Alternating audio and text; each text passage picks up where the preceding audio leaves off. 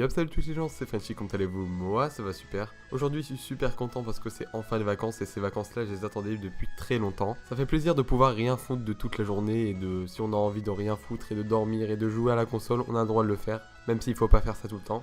D'ailleurs je sais pas si vous avez remarqué mais votre mère pour vous punir quand vous étiez petit, elle vous enfermait dans votre chambre et vous faisiez rien. Alors que maintenant vous avez le droit de faire ce que vous voulez mais vous vous enfermez dans votre chambre et vous faites rien. Ou vous jouez à la console. C'est un peu chelou quand même.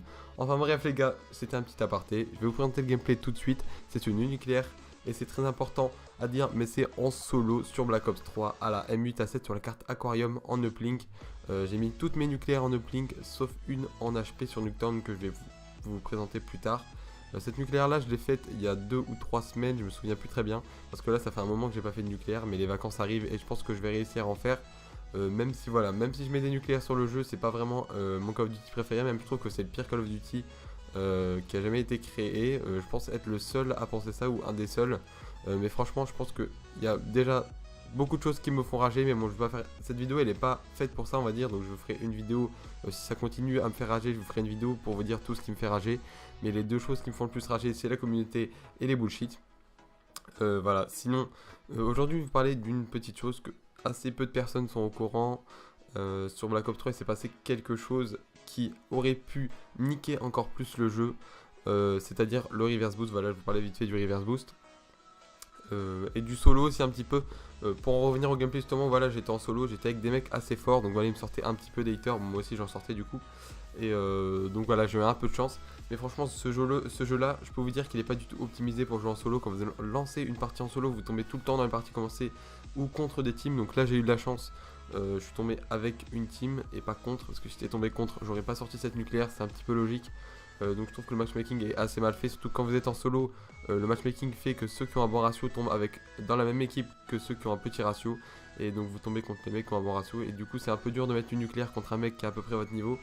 Donc voilà, par rapport au reverse boosting, alors pendant le dernier samedi, donc je vous posterai la vidéo mardi, donc samedi dernier, David Vanderhaar a mis du reverse boost sur Black Ops 3, donc c'est à dire qu'en fait il avait rien prévenu. On a vu une petite mage, c'est la mage où tu es obligé de quitter le jeu et revenir pour que le jeu se lance, parce que quand vous invitez quelqu'un, il marquait vos données sont plus récentes que celles de l'autre.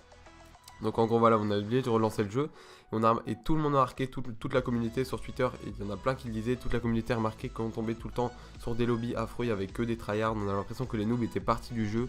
Et en fait, d'après ce que j'ai compris, j'ai vu quelques vidéos et j'ai cru comprendre aussi donc qu'ils avaient instauré plutôt le reverse boost et du coup le skill based matchmaking, donc on aurait été obligé de faire du reverse boost pour tomber contre des noobs.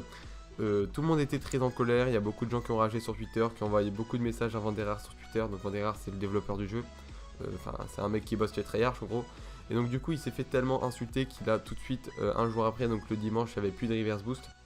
Donc moi j'ai appris ça, donc je me suis dit je vais essayer de me créer le dimanche matin. J'ai appris ça le samedi, j'étais pas au courant, mais je savais pas que le dimanche matin ils avaient enlevé les reverse boost. Du coup le dimanche matin, je me suis créé un compte, je me suis suicidé une fois, j'ai été niveau 1, je me suis suicidé pour avoir 0 de ratio, et j'ai lancé une partie et je trouvais pas de noob.